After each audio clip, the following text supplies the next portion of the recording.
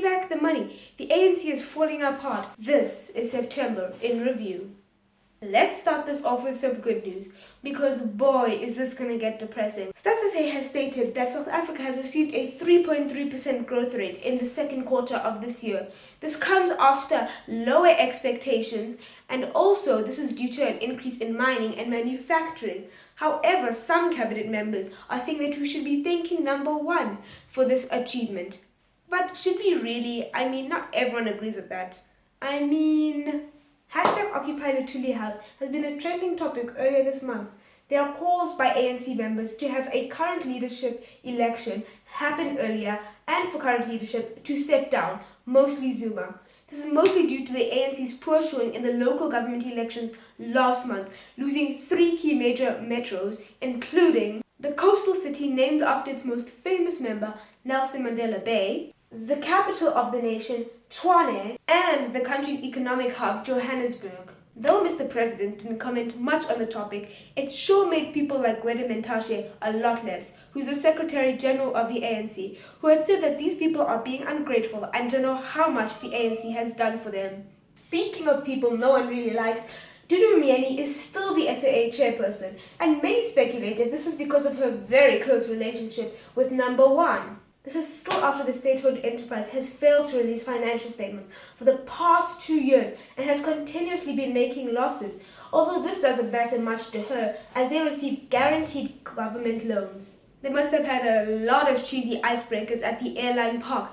as she was the only board of director to stay on the board after her reappointment, because an entire board of directors was actually like, nah fam, even this is too much for me. And this is just the tip of the iceberg of how much state-owned enterprises are in. Just take a look at this. Future Growth and other private asset management companies have pulled the plug on funding for state-owned enterprises. This comes after concerns after a new committee for all state-owned enterprises were formed to have President Jacob Zuma supervise and oversee all of their operations. Most notably, funding has been pulled for both Eskom and SADL, but also includes other state-owned enterprises such as Transnet, the Development Bank of South Africa, and the IDC. Oh, but the fun doesn't end there. Moody's rating agency has put all 5 of these companies on review. This has made many local investors worried if they should continue to lend to these state-owned enterprises. In case you don't know who Moody's is, they're the same people who put us a notch above junk status in June and are probably going to downgrade us to that very same status in December. Unless they say South Africa stops being so politically uncertain.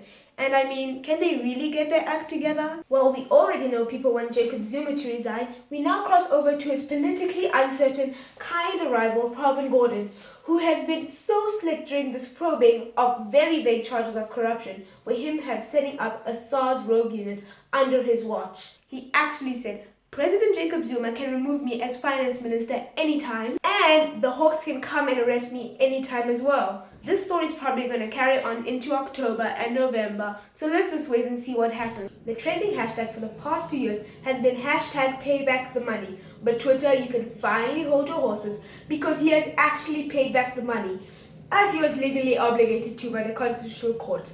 But when has he ever followed the law?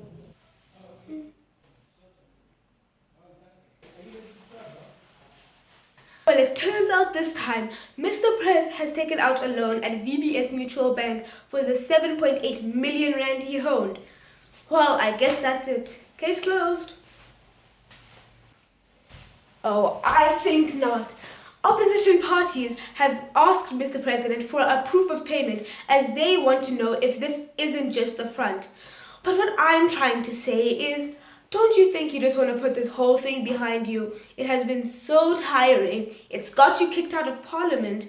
And now I would want to put it behind me because, I guess you should rather always remember it. But, not remember it? It's confusing. It's super meta. But you know what I mean, right? Speaking of things that are meta, the Guptas are still relevant. Yay! Gupta-owned Tigita has been under fire for getting preferential treatment from the government due to their government connections. This is lately due to them getting a 4 billion rand coal contract to supply coal to Eskom. In the middle of it all is Mines Minister Mosebenzi Zwane, who has denied all claims of wrongdoing and said that they did not get preferential treatment, and they said that they still had to pay the 2.4 billion rand fine for providing them low quality coal.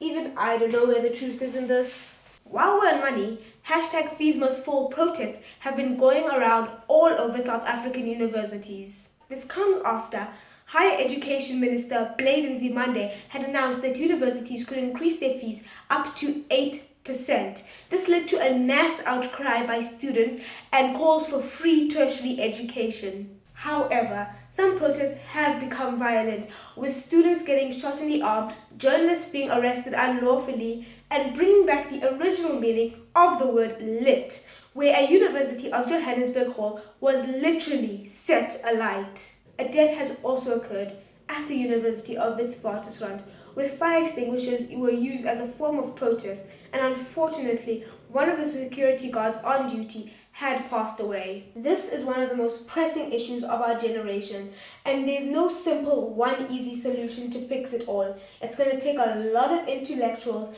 and politicians to help fix this issue. Speaking of problem fixes, Tuli Madonsela has had a last full month during the month of September, but she's not going out with a punch as she investigates the alleged state capture against the Guptas. State capture is pretty much when private influencers such as the Guptas have too much power in the government, especially after Gate. The report won't be done by the end of a 7-year term in October this year, but the next public protector will continue the investigation, who has also been coming under fire by the DA for being too close to the ANC.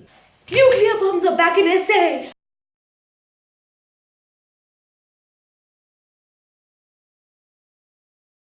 No, nukes aren't back in South Africa, but it's sure going to nuke taxpayers' wallets and development in South Africa. The 1 trillion rand nuclear deal is so controversial I can't even fully explain it, so I'll summarize. In March of this year, Minister of Energy Tina Joemat-Pettersson had secretly signed a nuclear deal with the Eskom of Russia, Rosatom, for 1 trillion rand to bring more nuclear power to South Africa. She sidestepped Parliament with this deal by using that very fine print in the law. But that's not it. The project will cost around 50% more per kilowatt to provide energy rather than using other forms of renewable energy such as solar and wind. So why would a minister make such a bad decision? Well, it's because of the Guptas. Yay! Well, it's speculated that the Guptas, who had recently bought a uranium mine, might be involved, and this might be another cause of concern for state capture. Yeah, but none of that is from this month. It's about as irrelevant as that Felicia who lives down the road. Well, it seems like a close friend of Zuma's has been handed out a tender, and this list of proposals for all the companies that shall be helping during the construction of this nuclear deal will soon be released. Allegations have come across people who are linked to the ANC for selling land as little as 100 rand that belongs to the local municipality. This comes after the ANC was unseated in the city of Tshwane by the DA and got a new mayor, Soli Msimanga. A land grab tarnishes the reputation of the local government as the land actually belongs to the city, but people have already started to set up home there. Though the ANC says that it's not their fault and that it was the individuals themselves who have taken this action, it's pretty hazy where the line is drawn between party politics and the individual. #Data Must Fall has actually come at a really bad time if it wants to make an impact, because so much is going on in South Africa.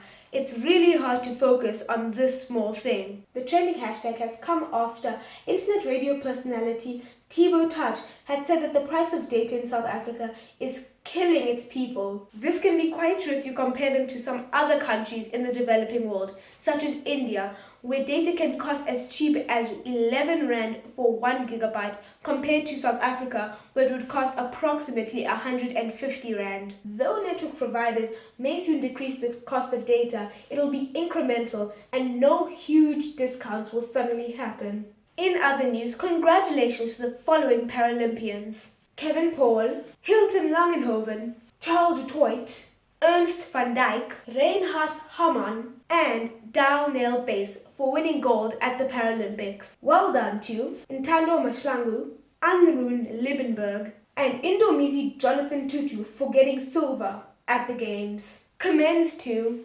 Tyrone Pillay, Fani van der Merwe, and Intombizande Situ for getting third place at Paralympics. And how could we forget Oscar, who amazingly shot and killed his girlfriend on Valentine's Day?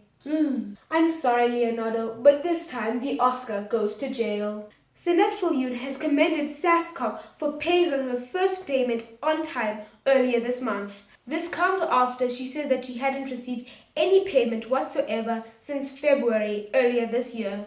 In reply, Minister of Sports and Recreation, Fikile Mbalula, had stated that she complains too much and that everything was given to her on time. If I were him, I wouldn't pick fights with this woman.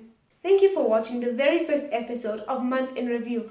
Comment down below where I should improve and what I can do to make the show better. Don't forget to like, share, and subscribe. Thank you, and I'll see you next time. Bye.